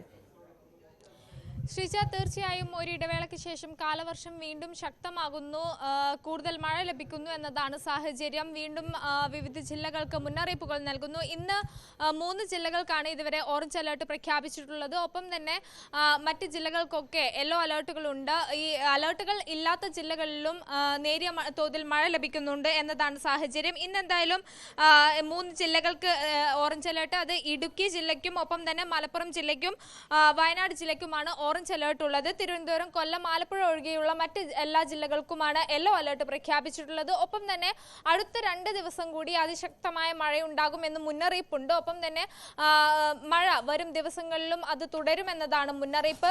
മാത്രവുമല്ല, ബംഗാൾ ഉൾക്കടലിൽ ഒരു പുതിയ ന്യൂനമർദ്ദം രൂപപ്പെട്ടിട്ടുണ്ട്. അതാണ് വീണ്ടും മഴ ശക്തമാവാൻ കാരണമായത്. അതിനു പുറമെ ഈ ഒഡീഷ തീരത്ത്, ബംഗാൾ തീരത്തും ഒക്കെ ചക്രവാത ചുഴി രൂപപ്പെട്ടിട്ടുണ്ട്. ഇത് വൈകുന്നേരത്തോടു കൂടി ഇത് തീവ്ര ന്യൂനമർദ്ദമായി മാറാൻ സാധ്യതയുണ്ട്. അങ്ങനെയാണെങ്കിൽ വൈകുന്നേരത്തോടു കൂടി മഴ കൂടുതൽ ശക്തിപ്പെടുമെന്നതാണ് മുന്നറിയിപ്പുള്ളത്. ഒപ്പം തന്നെ 50 കിലോമീറ്റർ വേഗതയിൽ വീശിയടിക്കാവുന്ന ശക്തമായ കാറ്റിനും സാധ്യതയുണ്ട്. ഒപ്പം നേരത്തെ സൂചിപ്പിച്ചതുപോലെ തന്നെ മലയോര മേഖലകളിൽ അതിശക്തമായ മഴയാണ് മുന്നറിയിപ്പുകൾ പ്രഖ്യാപിക്കുന്നുണ്ട്. അതായത് ഈ രാത്രികാല യാത്രകൾക്ക് നിരോധനം ഏർപ്പെടുത്തുന്നുണ്ട്. ഒപ്പം വയനാട് ജില്ലയുടെ സാഹചര്യം നമ്മൾ നേരത്തെ കണ്ടതാണ്. വയനാട് ജില്ലയിൽ ആദ്യ ഈ ഇത്തവണത്തെ കാലവർഷം ആദ്യം എത്തിയപ്പോൾ തന്നെ പ്രത്യേകിച്ച് വയനാട്, കണ്ണൂർ, കാസർഗോഡ് ജില്ലകൾക്കൊക്കെ അതിതീവ്ര മഴ മുന്നറിയിപ്പായിരുന്നു ഉണ്ടായിരുന്നത്. മറ്റ് ജില്ലകളെ അപേക്ഷിച്ച് കൂടുതൽ മഴ പെയ്യുകയും അതിശക്തമായ കാറ്റും ഒക്കെ ആയിരുന്നു ഈ മേഖലകളിൽ ഉണ്ടായിരുന്നത്. ഇപ്പോഴും അത് തന്നെയാണ് വടക്കൻ കേരളത്തിന്റെ ഒരു സ്ഥിതി. അതിശക്തമായ മഴ ലഭിക്കുന്നു. ഒപ്പം തന്നെ നദികളിലൊക്കെ ജലനിരപ്പ് ഉയരുന്നു എന്നതാണ് സാഹചര്യം. ഇതുകൊണ്ട് തന്നെ നദീതീരത്തിലുള്ളവർക്കൊക്കെ ജാഗ്രതാ നിർദ്ദേശങ്ങൾ പുറപ്പെടുവിച്ചിട്ടുണ്ട്. ഒപ്പം തന്നെ വയനാട്ടിലെ വിനോദസഞ്ചാര കേന്ദ്രങ്ങളിലടക്കം ഇപ്പോൾ നിയന്ത്രണം ഏർപ്പെടുത്തിയിട്ടുണ്ട്. ഈ മുണ്ടക്കൈ ചൂരൽമല ദുരന്തം അത് കഴിഞ്ഞതിന് ശേഷം വയനാട് ഒരു തരത്തിൽ അവര് വീണ്ടും ജീവിച്ചു തുടങ്ങുകയായിരുന്നു. പക്ഷേ ഇത്തവണത്തെ മഴയിൽ അത് വീണ്ടും ഈ വിനോദസഞ്ചാര കേന്ദ്രങ്ങൾ ഉൾപ്പെടെ അവിടെയൊക്കെ മേഖലകളിലൊക്കെ നിയന്ത്രണം ഏർപ്പെടുത്തിയിട്ടുണ്ട്. ഒപ്പം രാത്രികാല യാത്രകൾക്ക് നിരോധനമുണ്ട്. ഒപ്പം ഈ നദികളിൽ ക്രമാതീതമായ ജലനിരപ്പ് ഉയരുന്നു എന്നതാണ് സാഹചര്യം. ഡാമുകളുടെയൊക്കെ ഷട്ടറുകൾ തുറക്കുന്ന സാഹചര്യമുണ്ട്. അങ്ങനെ മുന്നറിയിപ്പുകൾ ഇപ്പോൾ പുതുതായി വരുന്നുണ്ട്. ഒപ്പം തന്നെ വരും ദിവസങ്ങളിൽ ഈ കള്ളക്കടൽ പ്രതിഭാസത്തിനടക്കം സാധ്യതയുണ്ട് എന്നാണ് കണക്കാക്കുന്നത്. അങ്ങനെ ജില്ലകളിൽ വീണ്ടും മുന്നറിയിപ്പുകൾ വരുന്നു. സംസ്ഥാനത്ത് മഴ ശക്തമാകുന്നു എന്നതാണ് സാഹചര്യം. ഒപ്പം വിദ്യാഭ്യാസ സ്ഥാപനങ്ങൾക്കൊക്കെ അവധി പ്രഖ്യാപിക്കുന്നുണ്ട്. ശക്തമായ മഴയെ തുടർന്ന് ഇന്ന് 3 ജില്ലകളിലെ വിദ്യാഭ്യാസ സ്ഥാപനങ്ങൾക്കാണ് അവധിയുള്ളത്. തൃശ്ശൂര്, ഇടുക്കി, വയനാട് ജില്ലകളിലും കോതമംഗലം, ഇരിട്ടി താലൂക്കുകളിലുമുള്ള വിദ്യാഭ്യാസ സ്ഥാപനങ്ങൾക്കാണ് അവധിയുള്ളത്. ഒപ്പം തന്നെ ഈ മേഖലകളിൽ നേരത്തെ നിശ്ചയിച്ച പരീക്ഷകളൊക്കെ പഴയപടി തന്നെ നടക്കും. അതിലൊന്നും മാറ്റമുണ്ടാവില്ല. പക്ഷേ വിദ്യാഭ്യാസ സ്ഥാപനങ്ങൾക്ക്, പ്രൊഫഷണൽ കോളേജുകൾ ഉൾപ്പെടെയുള്ള സ്ഥാപനങ്ങൾക്ക് ഇന്ന് അവധിയാണ്. എന്തായാലും ഒരു ഇടവേളയ്ക്ക് ശേഷം കാലവർഷം സംസ്ഥാനത്ത് ശക്തമാകുന്നു എന്ന് തന്നെയാണ് മുന്നറിയിപ്പ്. ശ്രീജ, ഷംനയാണ് വിവരങ്ങൾ നൽകിയത്. ഇടുക്കിയിൽ നിന്ന് VK സ്റ്റാലിനും ഒപ്പം പ്രിൻസ് P ജെയിംസുമുണ്ട്. പ്രിൻസ്, ഈ ഡാമുകളൊക്കെ നിറയുന്ന ഒരു സാഹചര്യമുണ്ട്. അത് വലിയ ആശങ്ക ഉണ്ടാക്കുന്നുണ്ട്. ഏതൊക്കെ രീതിയിലുള്ള മുന്നറിയിപ്പുകളാണ് ഇടുക്കി ജില്ലയിൽ ഈ ഡാമുകളെ സംബന്ധിച്ചൊക്കെ ഉള്ളത്? ശ്രീജ, തീർച്ചയായും അണക്കെട്ടിലേക്കുള്ള നീരൊഴുക്ക് ശക്തമായി തുടരുന്ന ഒരു സാഹചര്യമാണ് നിലവിലുള്ളത്. പ്രത്യേകിച്ചും ഇടുക്കി, മുല്ലപ്പെരിയാർ തുടങ്ങിയ പ്രധാന അണക്കെട്ടുകളിലേക്കൊക്കെ നീരൊഴുക്ക് ശക്തമായി തുടരുന്നു. ഇടുക്കിയിൽ കഴിഞ്ഞ വർഷത്തേക്കാൾ 25 അടിയോളം കൂടുതൽ വെള്ളമുള്ള അവസ്ഥയാണ് നിലവിലുള്ളത്. അതായത് ആകെ സംഭരണശേഷിയുടെ 51% വെള്ളം ഇപ്പോൾ ഇടുക്കി അണക്കെട്ടിലുണ്ട്. അതോടൊപ്പം മുല്ലപ്പെരിയാറിലെ ജലനിരപ്പ് നിലവിലെ റൂൾ കർവ് പ്രകാരമുള്ള പരമാവധി സംഭരണശേഷിയിലേക്ക് അടുക്കുന്നു. അതായത് നിലവിലെ റൂൾ കർവ് പ്രകാരം 136 അടി വരെ വെള്ളമാണ് മുല്ലപ്പെരിയാറിൽ സംഭരിക്കാൻ സാധിക്കുന്നത്. നിലവിൽ 134 അടിയിലേക്ക്, അതായത് 133.65 അടി കഴിഞ്ഞ വെള്ളം ഉയരുന്ന ഒരു സാഹചര്യമുണ്ട്. ശക്തമായ നീരൊഴുക്ക് അണക്കെട്ടിലോട്ട് ഉണ്ട്. പ്രത്യേകിച്ചും തേക്കടി തടാകത്തിലും പെരിയാർ വനമേഖലയിലുമൊക്കെ അതിശക്തമായ മഴ തുടരുന്ന ഒരു സാഹചര്യമുള്ളതിനാൽ ഇവിടുന്ന് നീരൊഴുക്ക് ശക്തമായി തുടരുന്നുണ്ട്. ഒപ്പം ഇടുക്കിയിൽ മുല്ലപ്പെരിയാറിൽ നിന്നും തമിഴ്നാട് ടണൽ മാർഗം വെള്ളം കൊണ്ടുപോകുന്നുണ്ടെങ്കിൽ പോലും അതിന് ആനുപാതികമായല്ല, അതിനേക്കാൾ ഉയർന്ന നിരക്കിൽ വെള്ളം അണക്കെട്ടിലേക്ക് ഒഴുകിയെത്തുന്നുണ്ട്. അതുകൊണ്ട് തന്നെ വേഗത്തിൽ തന്നെ നിലവിൽ അനുവദനീയമായ പരമാവധി സംഭരണ ശേഷിയിലേക്ക്, അതായത് 136 അടിയിലേക്ക് വെള്ളം ഉയരാൻ സാധ്യതയുണ്ട്. അത്തരത്തിലുള്ള സാഹചര്യം ഉണ്ടായാൽ അണക്കെട്ടിന്റെ സ്പിൽവേ ഷട്ടറുകളിലൂടെ വെള്ളം പുറത്തേക്ക് ഒഴുകും. ഈ സാഹചര്യങ്ങളിൽ പ്രത്യേകിച്ചും പെരിയാറിന്റെ തീരത്ത് താമസിക്കുന്ന വെള്ളം ആദ്യം എത്തുന്ന വള്ളക്കടവ്, തുറന്ന് വണ്ടിപ്പെരിയാർ തുടങ്ങിയ മേഖലകളിലുള്ള ആളുകളെ മാറ്റിപ്പറപ്പിക്കേണ്ട ഒരു സാഹചര്യമുണ്ട്. എങ്കിലും നിലവിൽ അതിനുള്ള നടപടികൾ ആരംഭിച്ചിട്ടില്ലെങ്കിലും ആളുകൾക്ക് ജാഗ്രതാ നിർദ്ദേശം ജില്ലാ ഭരണകൂടം നൽകിയിട്ടുണ്ട്. പ്രത്യേകിച്ചും പെരിയാർ തീരത്തുള്ള ആളുകളോട് ജാഗ്രത പുലർത്തണമെന്ന് ആവശ്യപ്പെടുന്നു. മുല്ലപ്പെരിയാറിന്റെ വെള്ളം പുറത്തേക്ക് ഒഴുക്കുമ്പോൾ ആദ്യം എത്തുന്നത് വള്ളക്കടവ് മേഖലയിലാണ്, തുടർന്ന് വണ്ടിപ്പെരിയാർ മേഖലയിലാണ്. ആ പ്രദേശങ്ങളിലൊക്കെയുള്ള ആളുകളോട് ജാഗ്രത പുലർത്തണമെന്ന് ആവശ്യപ്പെടുന്നു. ഇതോടൊപ്പം മുല്ലപ്പെരിയാറിലെ ഷട്ടറുകളുടെ വെള്ളം പുറത്തേക്ക് ഒഴുകുന്ന സാഹചര്യം ഉണ്ടായാൽ അത് ഇടുക്കിയിലെ ജലനിരപ്പ് വർദ്ധിപ്പിക്കുന്ന ഒരു സാഹചര്യം ഉണ്ടാകും. നിലവിൽ ഇടുക്കിയിൽ കഴിഞ്ഞ വർഷത്തേക്കാൾ കൂടുതൽ വെള്ളമുള്ള ഒരു സാഹചര്യമുണ്ട്. ഒപ്പം ശക്തമായ നീരൊഴുക്കും ഈ മേഖലകളിലൊക്കെ ഉള്ള ഒരു അവസ്ഥയുണ്ട്. ഇതോടൊപ്പം ഇടുക്കിയിലെ ചെറുകിട അണക്കെട്ടുകളായ കല്ലാർകുട്ടി, പൊന്മുടി, ലോവർ പെരിയാർ അണക്കെട്ടുകളിൽ നിന്ന് നിലവിൽ വെള്ളം പുറത്തേക്ക് ഒഴുകുന്നത് തുടരുകയാണ്. ഒപ്പം ഇടുക്കിയുടെ ഡൈവേർഷൻ ഡാമുകളായ ഇരട്ടയാറ്, കല്ലാർ തുടങ്ങിയ ഡാമുകളിലുമൊക്കെ നീരൊഴുക്ക് ജലനിരപ്പ് വർദ്ധിക്കുന്ന ഒരു സാഹചര്യമുണ്ട്. കാരണം ശക്തമായ മഴയാണ് ഈ മേഖലകളിലെല്ലാം പെയ്യുന്നത്. ഒപ്പം ചെറുകിട അണക്കെട്ടുകളായ ചെങ്കുളം പോലുള്ള അണക്കെട്ടുകളിലും വെള്ളം ഉയരുന്ന ഒരു സാഹചര്യമുണ്ട്. അപ്പം കനത്ത മഴ തുടരുന്ന ഒരു സാഹചര്യം ജില്ലയിലെ വിവിധ ഭാഗങ്ങളിലൊക്കെ മഴ അതിശക്തമായി തുടരുന്ന അവസ്ഥയുണ്ട്. ഇടയ്ക്കൊക്കെ മഴയ്ക്ക് നേരിയ തോർച്ച ഉണ്ടാകുന്നുണ്ടെങ്കിലും പൂർണ്ണമായും മഴ മാറുന്ന ഒരു അവസ്ഥയില്ല. അതുകൊണ്ട് തന്നെ ജാഗ്രതാ നിർദ്ദേശവും തുടരുകയാണ്. ഇന്ന് ജില്ലയിലെ സ്കൂളുകൾക്കൊക്കെ അവധിയാണ്. ഒപ്പം ഗ്യാപ്പ് റോഡിലുള്ള യാത്രയ്ക്ക് ഇന്ന് പൂർണ്ണ നിരോധനം ഏർപ്പെടുത്തിയിരിക്കുന്നു. പകലും രാത്രിയിലും ഗ്യാപ്പ് റോഡ് വഴി ഇന്ന് യാത്ര അനുവദിക്കുന്നില്ല. ഒപ്പം ജലവിനോദങ്ങൾക്ക്, പ്രത്യേകിച്ചും ടൂറിസം മേഖലയിലെ ജലവിനോദങ്ങൾക്കും പൂർണ്ണമായും നിരോധനം ഏർപ്പെടുത്തിയിട്ടുണ്ട്. കയാക്കിംഗ് പോലെയുള്ള മറ്റു ആക്ടിവിറ്റികൾക്കും നിരോധനം ഏർപ്പെടുത്തിയിട്ടുണ്ട്. ശ്രീജ, ശരി. സ്റ്റാലിൻ കൂടി ചേരുന്നുണ്ട് ഇടുക്കിയിൽ നിന്ന്. സ്റ്റാലിൻ, ഈ ഹൈറേഞ്ച് മേഖലയിൽ പ്രത്യേകിച്ച് മണ്ണിടിച്ചിൽ സാധ്യതയുള്ള മേഖലകളിലൊക്കെ അവസ്ഥ എന്താണ്? കാര്യമായ മഴ ആ ഭാഗങ്ങളിലൊക്കെ ഇപ്പോഴും ഉണ്ടോ? തീർച്ചയായും മഴ വളരെ ശക്തമായി തന്നെ തുടരുകയാണ്. പുലർച്ചെയും അതുപോലെ തന്നെ കഴിഞ്ഞ രാത്രികളിലുമെല്ലാം മഴ വളരെ ശക്തമായിരുന്നു. ജില്ലാസ്ഥാനം ഉൾപ്പെടെയുള്ള മുഴുവൻ മേഖലകളിലും മഴ വളരെ ആധിക്യം ഉണ്ട്. മണ്ണിടിച്ചിൽ സാധ്യതയുള്ള മേഖലകളിലെല്ലാം ജില്ലാ ഭരണകൂടം ജാഗ്രതാ നിർദ്ദേശങ്ങൾ പുറപ്പെടുവിച്ചിട്ടുണ്ട്. അതോടൊപ്പം തന്നെ പെരിയാർ തീരങ്ങള് പ്രത്യേകിച്ചും ജില്ലയുടെ കിഴക്കൻ മേഖലകളിലെല്ലാം മഴ, ചപ്പാത്ത്, അയ്യപ്പൻകോവിൽ തുടങ്ങിയിട്ടുള്ള ജില്ലയുടെ കിഴക്കൻ മേഖലകളിലെല്ലാം മഴ വളരെ ശക്തമായതുകൊണ്ട് തന്നെ പെരിയാറിലേക്കുള്ള നീരൊഴുക്ക് ശക്തമായിട്ടുണ്ട്. പെരിയാറിലെ ജലവിധാനം വർദ്ധിച്ചിട്ടുണ്ട്. അതോടൊപ്പം തന്നെ പെരിയാറിന്റെ തീരങ്ങളിലേക്കുള്ള പ്രദേശവാസികളോടെല്ലാം പ്രത്യേകിച്ചും ജില്ലാ ഭരണകൂടം ജാഗ്രതാ നിർദ്ദേശം നൽകിയിട്ടുണ്ട്. പൊന്മുടി, കല്ലാർകൂട്ടി, ലോവർ പെരിയാർ തുടങ്ങിയ അണക്കെട്ടുകളിലെ വെള്ളം പെരിയാർ വഴി ഒഴുകുന്ന പ്രദേശങ്ങളിലെല്ലാം ഇത്തരത്തിലുള്ള മുതിരപ്പുഴയാർ ഉൾപ്പെടെയുള്ള പ്രദേശങ്ങളിലെ ജനങ്ങളെല്ലാം ജാഗ്രതാ നിർദ്ദേശം നൽകിയിട്ടുണ്ട്. എന്നാലും മഴ ശക്തമായി തുടരുന്നുണ്ട്. അതുപോലെ തന്നെ ഒറ്റപ്പെട്ട ശക്തമായ കാറ്റ് പ്രദേശങ്ങളിലുണ്ട്. മരം വീഴ്ചയും അതോടൊപ്പം തന്നെ പല സ്ഥലങ്ങളിലും ഉണ്ടായിട്ടുണ്ട്. എന്നാലും കാലാവസ്ഥയിലെ വലിയ മാറ്റമാണ് ഇപ്പോൾ നമുക്ക് കാണാൻ കഴിയുന്നത്. ശ്രീജ. ശരി, പി.കെ. സ്റ്റാലിനാണ് വിവരങ്ങൾ നൽകിയത്. കോഴിക്കോട് മുക്കത്ത് നിന്ന് ഗുലാം നബി ആസാദ് കൂടി. ആസാദ്, ഈ കോഴിക്കോടിൻ്റെ മലയോര മേഖലകളിൽ കാര്യമായി തന്നെ മഴ പെയ്യുന്നുണ്ട്. ഇരുവഴിഞ്ഞിപ്പുഴയൊക്കെ വലിയ രീതിയിൽ ഒരു ആശങ്ക സൃഷ്ടിക്കുന്നുണ്ട്. എന്താണ് നിലവിൽ ആ മേഖലയിലെ സ്ഥിതി? ശ്രീജ, കോഴിക്കോടിന്റെ കിഴക്കൻ മലയോര മേഖലയിൽ കഴിഞ്ഞ ദിവസം മുതൽ ശക്തമായ മഴ പെയ്യുകയാണ്. ഇടവിട്ടുള്ള ശക്തമായ മഴയാണ് പെയ്യുന്നത്. ഇതോടെ കഴിഞ്ഞ ദിവസം ഇരുവഴിഞ്ഞിപ്പുഴയിൽ മലവെള്ളപ്പാച്ചിലുണ്ടാവുകയും ഈ ഇരുവഴിഞ്ഞിപ്പുഴയെ കരകവിഞ്ഞ് ഒഴുകുന്ന ഒരു അവസ്ഥയാണ് ഇപ്പോഴുള്ളത്. ഇരുവഴിഞ്ഞിപ്പുഴയും ചെറുപുഴയും കരകവിഞ്ഞ് ഒഴുകുകയാണ്. ഇരുവഴിഞ്ഞിപ്പുഴയുടെ തീരപ്രദേശങ്ങളിൽ താഴ്ന്ന പ്രദേശങ്ങളിൽ വെള്ളം കയറിയിട്ടുണ്ട്. മുക്കം നഗരസഭയിലെ പുൽപ്പറമ്പ് കൂളിമാട് റോഡിൽ വെള്ളം കയറി ഗതാഗതം തടസ്സപ്പെട്ടിട്ടുണ്ട്. അതുപോലെ തന്നെ പുൽപ്പറമ്പ് നായർക്കുഴി റോഡിലും ഗതാഗതം തടസ്സപ്പെട്ടിട്ടുണ്ട്. അതുപോലെ തന്നെ കൊടിയത്തൂർ പഞ്ചായത്തിലെ ചെറുവാടിയിൽ തോടിന്റെ സംരക്ഷണ ഭിത്തി ഇടിഞ്ഞു താഴ്ന്നിട്ടുണ്ട്.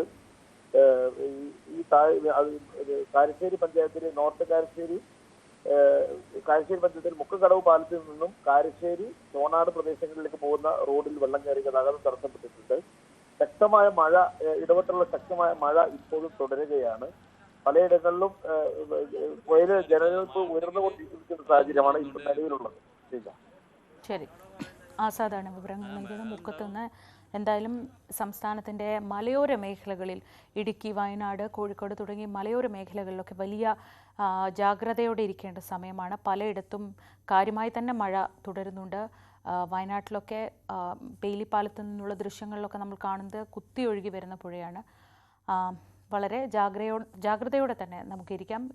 വരുന്ന കുറച്ച് ദിവസങ്ങൾ കൂടി കാര്യമായി തന്നെ മഴ പെയ്യും എന്നതാണ് കാലാവസ്ഥാ നിരീക്ഷണ കേന്ദ്രം നൽകുന്ന മുന്നറിയിപ്പ്.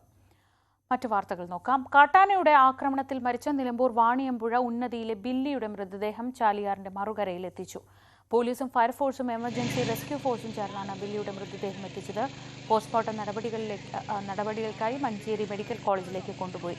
മഴയ്ക്ക് ശമനമുണ്ടായതും ചാലിയാറിലെ കുത്തൊഴുക്ക് കുറഞ്ഞതും സഹായകമായി. ചാലിയാർ നിറഞ്ഞൊഴുകുന്ന സാഹചര്യത്തിൽ രക്ഷാപ്രവർത്തകർക്ക് ഇന്നലെ രാത്രി പുഴ കടക്കാൻ സാധിച്ചിരുന്നില്ല. റബ്ബർ ഡിങ്കിയിൽ മറുകര കടക്കാൻ ശ്രമിക്കുന്നതിനിടെ ഒഴുക്കിൽപ്പെട്ട ഫയർഫോഴ്സ് ഉദ്യോഗസ്ഥരെ രാത്രി വൈകിയാണ് തിരിച്ചെത്തിച്ചത്.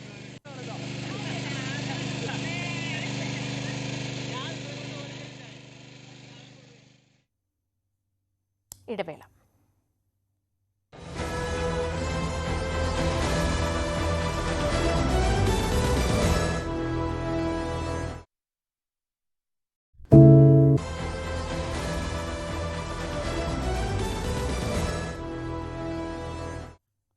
പാലക്കാട് ശ്രീകൃഷ്ണപുരത്ത് 9ാം ക്ലാസ് വിദ്യാർത്ഥിനി ആശിർ നന്ദ ആത്മഹത്യ ചെയ്ത സംഭവത്തിൽ പോലീസ് ഇന്ന് രക്ഷിതാക്കളുടെ മൊഴിയെടുക്കും. ആശിർ നന്ദ പഠിച്ച സെന്റ് ഡൊമിനിക് ഇംഗ്ലീഷ് മീഡിയം സ്കൂളിനെതിരെ രക്ഷിതാക്കൾ പരാതി നൽകിയിരുന്നു. സംഭവത്തിന് പിന്നാലെ സ്കൂൾ താൽക്കാലികമായി അടച്ചു. ഇന്ന് ഉച്ചയ്ക്ക് 2 മണിക്ക് പോലീസിന്റെ സാന്നിധ്യത്തിൽ രക്ഷിതാക്കൾ, വിദ്യാർത്ഥികൾ, വിദ്യാർത്ഥി സംഘടനകൾ എന്നിവരുടെ യോഗം ചേരും. മാർക്ക് കുറഞ്ഞതിന്റെ പേരിൽ ക്ലാസ് മാറ്റിയിരുത്തിയതിൽ മനംനൊന്താണ് ആത്മഹത്യയെന്നാണ് പരാതി. കോഴിക്കോട് പാലക്കാട് ദേശീയപാത വഴി സർവീസ് നടത്തുന്ന സ്വകാര്യ ബസ്സുകൾ ഇന്ന് പണിമുടക്കുകയാണ്. അങ്ങാടിപ്പുറത്തെ ഗതാഗത കുരുക്കിന് പരിഹാരം കാണണമെന്നാണ് ആവശ്യം. റോഡിലെ വലിയ കുഴികളാണ് ഗതാഗതം തടസ്സപ്പെടുത്തുന്നത്. മഞ്ചേരി, കോട്ടക്കൽ, വളാഞ്ചേരി, വലമ്പൂർ റൂട്ടിലും സർവീസ് നടത്തുന്നില്ല. പാലക്കാട്ടെ ദീർഘദൂര ബസ്സുകളും സമരത്തിന്റെ ഭാഗമാണ്. പ്രശ്നപരിഹാരമില്ലെങ്കിൽ സമരം ശക്തമാക്കുമെന്ന് ബസ് ഉടമകൾ പറയുന്നു. വൈകുന്നേരം ബസ് തൊഴിലാളികളുമായി കളക്ടർ ചർച്ച നടത്തുന്നുണ്ട്. റെയിൽവേ സ്റ്റേഷനുകളിലെ പാർക്കിംഗ് ഫീസ് കുത്തനെ ഉയർത്തിയതിനെതിരെ പ്രതിഷേധവുമായി യാത്രക്കാർ. ഇരുചക്ര വാഹനങ്ങൾക്ക് മാസം 200 രൂപയിൽ നിന്ന് 600 രൂപയായാണ് നിരക്ക് ഉയർത്തിയത്. ഒരു മാസം സീസൺ ടിക്കറ്റ് എടുക്കുന്നതിനേക്കാൾ ഇരട്ടിയാണ് പാർക്കിങ്ങിന് ഈടാക്കുന്ന തുകയെന്നാണ് പരാതി. വിഷയത്തിൽ കേന്ദ്ര റെയിൽവേ മന്ത്രി ഇടപെട്ടിട്ടുണ്ട്. പഴയ നിരക്കിന്റെ കരാർ നിലനിൽക്കെയാണ് ഫീസ് ഇരട്ടിയായി വർദ്ധിപ്പിച്ചതെന്നാണ് യാത്രക്കാരുടെ പരാതി. ഇരുചക്ര വാഹനങ്ങൾക്ക് മാസം 200 രൂപ എന്നത് 600 രൂപയാക്കി. സൈക്കിളിന് മാസം 200 രൂപ. 4 ചക്ര വാഹനങ്ങൾക്ക് ആദ്യ 2 മണിക്കൂറിൽ 30ഉം 3 ദിവസത്തിൽ കൂടുതൽ 600 രൂപയുമായി. 96 മണിക്കൂറിൽ കൂടിയാൽ ഒരു ദിവസത്തേക്ക് 200 രൂപ അധികം നൽകണം. 8 മണിക്കൂറെങ്കിലും പാർക്ക് ചെയ്യേണ്ടവർക്ക് പലയിടങ്ങളിലും സീസൺ കാർഡ് നൽകുന്നുള്ളൂ. 4 ചക്ര വാഹനങ്ങൾക്കാകട്ടെ മാസപ്പാസ് അനുവദിക്കുന്നതുമില്ല. ഒരു മാസം സീസൺ ടിക്കറ്റ് എടുക്കുന്നതിനേക്കാളും ഇരട്ടി തുകയാണ് പാർക്കിങ്ങിന് ഈടാക്കുന്നതെന്നാണ് യാത്രക്കാരുടെ പരാതി. കഴിഞ്ഞ മാസം വരെയും നമ്മൾ പാർക്കിംഗ് ഏരിയയിൽ തന്നെ വണ്ടി വെച്ച് നമ്മൾ കറക്റ്റായിട്ട് പോയിക്കൊണ്ടിരുന്നതാണ്. പക്ഷേ ഇപ്പോൾ ഇവർ ഈ പ്രാവശ്യം 600 രൂപ വെച്ചിട്ട് ആക്കിയപ്പോഴത്തേക്ക് ഞങ്ങൾക്ക് സാമ്പത്തികമായിട്ട് അത് നമുക്ക് അഫോർഡ് ചെയ്യാനായിട്ട് ബുദ്ധിമുട്ടുണ്ട്. അതുകൊണ്ട് ഞങ്ങളിപ്പം പുറത്ത് പല പല ഏരിയകളിലേക്ക് ഞങ്ങൾ വെച്ചാണ് ഞങ്ങളിപ്പോൾ അത് ഡെയിലി വരുന്ന ഞങ്ങൾക്ക് വളരെ ബുദ്ധിമുട്ട് തന്നെയാണ്. അത് 2 നേരം ഈ പോലെ പൈസ കൊടുത്തിട്ട് ഇരട്ടി പൈസ ആയല്ലോ. 300 എന്നുള്ളത് 600ലേക്കൊക്കെ ആയി. അതൊരു ചെറിയ വർധനമാണെങ്കിൽ നമുക്കത് താങ്ങാൻ പറ്റും. ഇതിപ്പോൾ 2 നേരം അത്രയും പൈസ കൊടുത്തിട്ട് ഞങ്ങളുടെ സീസൺ തുകയേക്കാൾ കൂടുതലാണ് ഈ പൈസ വരുന്നത്. അത് ഞങ്ങൾക്ക് സാധാരണക്കാർക്ക് ബുദ്ധിമുട്ടാണ്. പാർക്കിങ്ങിനായി ഉയർന്ന തുക നൽകുന്നുണ്ടെങ്കിലും വാഹനം സൂക്ഷിക്കാൻ പ്രത്യേക സൗകര്യമോ CCTV സംവിധാനങ്ങളോ ഇല്ലെന്ന പരാതിയും ശക്തമാണ്. വൃത്തിഹീനമായ ഇടങ്ങളിൽ ഉടമസ്ഥർ സ്വന്തം ഉത്തരവാദിത്വത്തിലാണ് വാഹനങ്ങൾ പാർക്ക് ചെയ്യുന്നത്. ഇവിടെ നോക്കൂ, ഒരു മേൽക്കൂര ഫെസിലിറ്റിയോ ഒന്നുമില്ല, ഒരു CCTV സംവിധാനം ഒന്നുമില്ല. ഇവിടുന്ന് ഒരു വണ്ടി എടുത്തുകൊണ്ട് പോയാൽ പോലും ഇവർക്ക് ഉത്തരവാദിത്വമില്ല ആസ് പെർ ഇവരുടെ ഇത് പ്രകാരം. കാരണം ഒരു വണ്ടിക്ക് പെട്രോൾ ഊറ്റുന്നത് നിത്യ സംഭവമാണ്. ആ പെട്രോൾ ഊറ്റുമ്പോൾ 150 രൂപ പെട്രോൾ മാത്രമല്ല പോകുന്നത്. ആ വണ്ടിയുടെ മെയിൻ്റനൻസ്, ആ വണ്ടിയുടെ ട്യൂബ്, അതൊരു ടെക്നീഷ്യൻ്റെ പൈസ, അതെല്ലാം നഷ്ടപ്പെടുകയാണ്. അതുകൂടാതെ ഈ ഇതിനകത്ത് വെക്കുന്നതിനകത്ത് യാതൊരുവിധ സുരക്ഷയില്ല. അവരാകെ ഞാൻ അന്വേഷിച്ചപ്പോൾ പറയുന്നത്, നിങ്ങൾ വണ്ടി നഷ്ടപ്പെട്ടാൽ നിങ്ങളത് കേസ് കൊടുത്താൽ പോലീസ് ഒരു FIR ഇടും. അതിനകത്ത് ഞങ്ങൾ ഒരു സ്റ്റേറ്റ്മെൻറ്റ് കൊടുക്കും. അല്ലെങ്കിൽ ഇൻഷുറൻസ് ഉള്ള വണ്ടിയാണെങ്കിൽ ഇൻഷുറൻസ് കിട്ടാൻ വേണ്ടിയിട്ടുള്ള നടപടികൾക്ക് ഞങ്ങൾ നിങ്ങൾക്ക് പേപ്പർ ഒപ്പിട്ട് തരും. വിഷയം അടിയന്തരമായി കേന്ദ്ര റെയിൽവേ മന്ത്രിയുടെ ശ്രദ്ധയിൽപ്പെടുത്തുമെന്ന് കൊടിക്കുന്നിൽ സുരേഷ് MP അറിയിച്ചു. നിരക്ക് വർധന പുനഃപരിശോധിക്കണമെന്നാണ് യാത്രക്കാരുടെ ആവശ്യം. ന്യൂസ് 18 കൊച്ചി. കാസർഗോഡ് മഞ്ചേശ്വരം ബോർക്കാടിയിൽ അമ്മയെ മകൻ തീ കൊളുത്തിക്കൊന്നു. ഹിൽഡ ഡിസൂസയാണ് മരിച്ചത്. മകൻ മെൽവിൻ മൊണ്ടേര ഒളിവിലാണ്. അയൽക്കാരിയായ ലോലിത എന്ന യുവതിയെയും മെൽവിൻ തീ കൊളുത്തിയെങ്കിലും പൊള്ളലുകളോടെ ഇവർ രക്ഷപ്പെട്ടു. KV ബൈജു വിവരങ്ങളുമായി. ബൈജു, എന്തായിരുന്നു ഇങ്ങനെയൊരു ആക്രമണത്തിനുള്ള ഇയാളുടെ പ്രകോപനം? ഇയാളെ പറ്റിയുള്ള വിവരങ്ങൾ എന്തൊക്കെയാണ്? ശ്രീജ, മഞ്ചേശ്വരം ബോർക്കാടിയിലാണ് അങ്ങേയറ്റം ദാരുണമായ സംഭവം ഉണ്ടായത്. സ്വന്തം മാതാവിനെ മകൻ തന്നെ തീ കൊളുത്തി കൊലപ്പെടുത്തിയ സംഭവം. ഏതായാലും ഈ മകനെ ഇതുവരെ കണ്ടെത്താൻ സാധിച്ചിട്ടില്ല. അത് മാത്രമല്ല, ഈ കൊലപാതകത്തിന് പിന്നിൽ എന്താണ് എന്ന സംഭവത്തിലും പോലീസിന് ഒരു വ്യക്തത ഇതുവരെ ലഭിച്ചിട്ടില്ല. എന്തായാലും പോലീസുമായി അല്പസമയം മുമ്പ് നമ്മൾ ബന്ധപ്പെട്ടിരുന്നു. ഏതായാലും ബോർക്കാടി നലങ്ങി സ്വദേശിയായ ലൂയിസ് മൊണ്ടോറയുടെ ഭാര്യ ഹിൽഡയാണ്. 60 വയസ്സാണ് ഇവർക്ക്. ഇവരാണ് മരിച്ചത്. മകൻ മെൽവിൻ ഈ കൊലപാതകത്തിന് ശേഷം ഇയാൾ കർണാടകത്തിലേക്ക് കടന്നതായാണ് സൂചന. പോലീസ് ഇത് സംബന്ധിച്ച് അന്വേഷണം ആരംഭിച്ചിട്ടുണ്ട്. അത് കൂടാതെ ഇവരുടെ അയൽവാസിയായ വിക്ടറിന്റെ ഭാര്യ ലോലിറ്റയെ ഈ അമ്മയ്ക്ക് അസുഖമുണ്ട് എന്ന് പറഞ്ഞ് ഈ വീട്ടിലേക്ക് വിളിച്ചു വരുത്തുകയും അവർക്കും ഇത്തരത്തിൽ ഈ തീപ്പൊള്ളൽ ഏൽക്കുന്ന സാഹചര്യം ഉണ്ടായിരുന്നു. അവരും ഗുരുതരാവസ്ഥയിൽ ഇപ്പോൾ ആശുപത്രിയിൽ കഴിയുകയാണ്. എന്നാലും ഇന്നലെ രാത്രി വീട്ടിൽ ഇവർ ഉറങ്ങിക്കിടന്നതാണ്. ഇന്ന് രാവിലെ പുലർച്ചെയാണ് ഈ സംഭവം ഉണ്ടായത്. ഇയാളൊരു കെട്ടിട നിർമ്മാണ തൊഴിലാളിയാണ്. ഈ അമ്മയും മകനും മാത്രമാണ് ഈ വീട്ടിൽ താമസിക്കുന്നുണ്ടായത്. മറ്റൊരു മകനുണ്ട് ഇവർക്ക്. കുവൈത്തിലാണ്, വിദേശത്താണ് ഉള്ളത്. എന്താണ് ഇത്തരത്തിലൊരു സംഭവത്തിന് പിന്നിൽ എന്ന കാര്യത്തിൽ പോലീസിന് ഇതൊരു വ്യക്തത വന്നിട്ടില്ല. പുലർച്ചെയാണ് ഈ മകൻ അമ്മയെ ഇത്തരത്തിൽ തീ കൊളുത്തി കൊലപ്പെടുത്തുകയും അയൽവാസിയെ വിളിച്ചു വരുത്തി അവർക്കും ഇത്തരത്തിൽ തീ പൊള്ളുന്ന സാഹചര്യം ഉണ്ടായത്. ഇത് സംബന്ധിച്ച് മഞ്ചേശ്വരം പോലീസ് വിശദമായ അന്വേഷണം ആരംഭിച്ചിട്ടുണ്ട്. ഇയാളെ കണ്ടെത്താനുള്ള തിരച്ചിൽ ആരംഭിച്ചിട്ടുണ്ട്. ഈ കർണാടക ഭാഗങ്ങളിലൊക്കെ പരിശോധന ആ ഭാഗങ്ങളിലേക്ക് വ്യാപിപ്പിച്ചിട്ടുണ്ട്. ഇയാളെ കണ്ടെത്തിയാൽ മാത്രമേ കൃത്യമായും ഈ കൊലപാതകത്തിന്റെ കാരണം എന്തെന്ന് മനസ്സിലാക്കൂ. ഇനി മദ്യലഹരിയിലാണോ അതല്ല കുടുംബപരമായ മറ്റെന്തെങ്കിലും പ്രശ്നം ഉണ്ടായിട്ടുണ്ടോ, ഇത് സംബന്ധിച്ച് പോലീസ് അന്വേഷണം ആരംഭിച്ചിട്ടുണ്ട്. ഇതിന്റെ മൃതദേഹം ഇപ്പോൾ ആശുപത്രിയിലേക്ക് മാറ്റിയിട്ടുണ്ട്. ഈ ഗുരുതരാവസ്ഥയിലായ ഇവരെ അയൽവാസിയെ മംഗളൂരുവിലെ സ്വകാര്യ ആശുപത്രിയിലും പ്രവേശിപ്പിച്ചിട്ടുണ്ട്. ശ്രീജ. KV ബൈജു ആണ് വിവരങ്ങൾ നൽകിയത് കാസർഗോഡ് നിന്ന്. നടൻ ജോജു ജോർജിന് മറുപടിയുമായി ലിജോ ജോസ് പെല്ലിശ്ശേരി. നടന് പണം നൽകിയതിന്റെ രേഖകൾ സംവിധായകൻ പുറത്തുവിട്ടു. ചിത്രത്തിന്റെ ചുരുളി എന്ന ചിത്രത്തിന്റെ ചിത്രീകരണ വേളയിൽ ജോജുവിനെ ആരും തെറ്റിദ്ധരിപ്പിച്ചിട്ടില്ല. ആ സിനിമയിൽ ഉപയോഗിച്ച ഭാഷയെക്കുറിച്ച് നല്ല ധാരണയുള്ളയാളാണ് ജോജുവിന്റെ കഥാപാത്രമെന്നും സംവിധായകന്റെ ഫേസ്ബുക്ക് പോസ്റ്റ്. നവമി ദിനേശ് വിവരങ്ങളുമായി. നവമി, ജോജു കഴിഞ്ഞ ദിവസമാണ് തനിക്ക് ഈ സിനിമയിൽ പ്രതിഫലം കിട്ടിയിട്ടില്ല, ഈ സിനിമയിലെ തന്റെ കഥാപാത്രം തെറി ഉപയോഗിക്കുന്ന തരത്തിലുള്ള വേർഷൻ റിലീസ് ചെയ്യുമെന്ന് അറിയിച്ചിരുന്നില്ല എന്നൊക്കെയുള്ള അദ്ദേഹത്തിന്റെ പ്രതികരണം വന്നത്. അതിലാണിപ്പോൾ ലിജോ ജോസ് പെല്ലിശ്ശേരിയുടെ വിശദീകരണം. എന്താണ് സംവിധായകൻ വിശദീകരിക്കുന്നത്? ലിജോ ജോസ് പെല്ലിശ്ശേരി ഫേസ്ബുക്കിലൂടെയാണ് ജോജുവിനുള്ള മറുപടി ഇട്ടിരിക്കുന്നത്. ഇത് ആരംഭിക്കുന്നത് ഇങ്ങനെയാണ്: പ്രിയപ്പെട്ട ജോജുവിന്റെ ശ്രദ്ധയ്ക്ക്, സുഹൃത്തുക്കളായ നിർമ്മാതാക്കൾക്കുണ്ടായ മനോവിഷമം കണക്കിലെടുത്താണ് ഈ വിശദീകരണം. ഈ ചുരുളി എന്ന സിനിമ നിർമ്മിച്ചിരിക്കുന്നത് ജോജുവിന്റെ തന്നെ സുഹൃത്തുക്കളായിട്ടുള്ള ചെമ്പൻ വിനോദും ലിജോ ജോസ് പെല്ലിശ്ശേരിയും കൂടിയാണ്. ജോജുവിന്റെ ഈ പരാമർശം ഇവർക്ക് ഏറെ വിഷമമുണ്ടാക്കി. അതുകൊണ്ടാണ് ഇത്തരത്തിലൊരു ഫേസ്ബുക്ക് പോസ്റ്റ് ഇടാൻ തീരുമാനിച്ചത്. എ സർട്ടിഫിക്കറ്റ് ഉള്ള സിനിമ തിയേറ്ററുകളിൽ ഇതുവരെ റിലീസ് ചെയ്തിട്ടില്ല.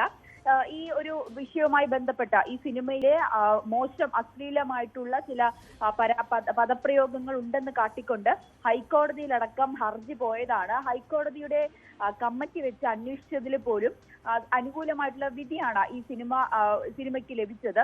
ആ ഒരു സാഹചര്യത്തിൽ സിനിമയുടെ ചിത്രീകരണ വേളയിൽ ആരും തന്നെ ജോജുവിനെ തെറ്റിദ്ധരിപ്പിച്ചതായി ഓർമ്മയില്ല. ഈ സിനിമയുടെ ഭാഷയെക്കുറിച്ച് നല്ല ധാരണയുള്ള ഒരാളാണ് തങ്കച്ചേട്ടൻ. തങ്കച്ചേട്ടൻ എന്നാണ് ജോജു ഇതിൽ അഭിനയിച്ച കഥാപാത്രത്തിന്റെ പേര്. അങ്ങനെ ജോജുവിനെ ഇതിന്റെ ചിത്രീകരണ വേളയിൽ ആരും തന്നെ തെറ്റിദ്ധരിപ്പിച്ചിട്ടില്ല. ഒപ്പം ഇത്തരത്തിലൊരു പരാമർശം ജോജു നടത്തിയത് നിർമ്മാതാക്കളും സുഹൃത്തുക്കളുമാകുന്ന എന്ന നിലയിൽ ഇവരെ ഏറെ വേദനിപ്പിച്ചിട്ടുണ്ട്. ഒപ്പം മറ്റൊരു കാര്യം ജോജു പറഞ്ഞത് ഈ സിനിമയ്ക്ക് പ്രതിഫലം നൽകിയിരുന്നില്ല എന്നാണ്. പക്ഷേ 3 ദിവസത്തെ ഷൂട്ടിന് വേണ്ടി ഇതിലൊരു അതിഥി വേഷമായാണ് ജോജു എത്തിയത്. ആ 3 ദിവസത്തെ ശമ്പളം എത്ര രൂപയാണ് ജോജു കൈപ്പറ്റിയത്, അതിന്റെ ഈ ബാങ്ക് സ്റ്റേറ്റ്മെന്റ് അടക്കം നൽകിക്കൊണ്ടാണ് ലിജോ ജോസ് പെല്ലിശ്ശേരി ഫേസ്ബുക്ക് പോസ്റ്റ് ഇട്ടിരിക്കുന്നത്. അതിൽ 5 ലക്ഷത്തിലധികം രൂപ കൈപ്പറ്റിക്കൊണ്ടാണ് ജോജു ഈ സിനിമ അഭിനയിച്ചത് എന്നതിൽ ഇതിൽ നിന്നുമൊക്കെ വ്യക്തമാകുന്നുണ്ട്. എന്നാലും ജോജുവിന്റെ ആരോപണങ്ങളെല്ലാം പൂർണ്ണമായി തള്ളിക്കൊണ്ടാണ് സിനിമയുടെ സംവിധായകൻ കൂടിയായിട്ടുള്ള ലിജോ ജോസ് പെല്ലിശ്ശേരി ഫേസ്ബുക്ക് പോസ്റ്റ് ഇട്ടിരിക്കുന്നത്. ഇനി എന്താണ് ജോജുവിന് പറയാനുള്ളതെന്നാണ് കാത്തിരിക്കുന്നത്. ശരി നവമി. നവമി ദിനേശാണ് വിവരങ്ങൾ നൽകിയത് കൊച്ചിയിൽ നിന്ന്. ലിജോ ജോസ് പെല്ലിശ്ശേരിയുടെ ഭാഗത്തു നിന്ന് ആ വിവാദത്തിൽ അങ്ങനെ ഒരു പ്രതികരണം കൂടി വന്നിരിക്കുകയാണ്. രാവിലെയുടെ സമയം വാർത്തകളും വിശേഷങ്ങളും ഒക്കെയായി വളരെ പെട്ടെന്ന് കഴിഞ്ഞിരിക്കുന്നു. ഇനി ഈ വാർത്തകൾ വളരെ വിശദമായി ചർച്ച ചെയ്യാനും വിശകലനം ചെയ്യാനുമുള്ള സമയമാണ്. ന്യൂസ് 10 KP അഭിലാഷ് ചേരും. രാവിലെയിൽ വീണ്ടും നാളെ കാണാം. നമസ്കാരം.